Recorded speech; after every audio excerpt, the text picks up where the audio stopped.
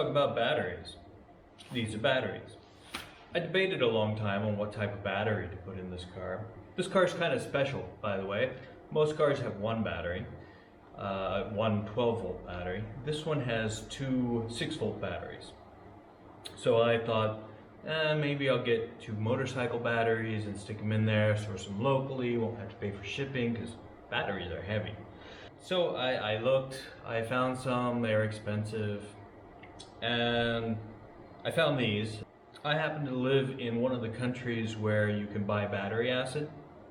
I know some countries that's very difficult to source. These batteries were shipped dry, meaning they don't have the acid in them. About for the price of what I could buy a battery here locally for. I could buy a battery I was sure would fit, and looks pretty good, looks about right. I want to put these in now just so all the wires, I can get all the wires put in place, headed to the right direction. But I'm going to leave them dry because, you know, batteries have a certain active life. Well, I'm not sure how long it's going to take me till I get the car done. I know I have a lot more to do with the exterior panels and stuff, so I'm just going to put off putting the battery acid in there until I'm closer to the time to you know, actually get it running and on the street. That way I'll get a little more life out of the battery down the road. So for now, I'm going to unwrap them, stick them in place, and make sure everything fits.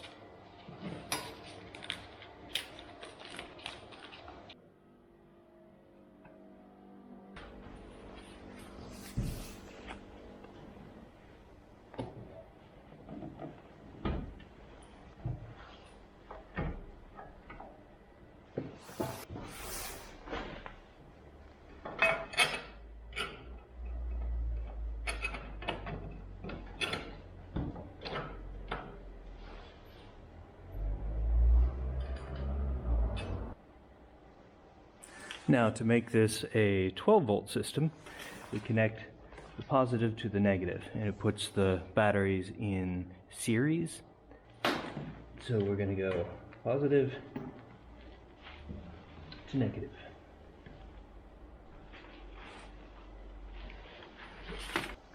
Then we have one more that goes from the positive up to the battery to the battery cutoff switch. This one over here runs up to the starter solenoid. Yeah, following? All this is in the wiring diagram, should you need it.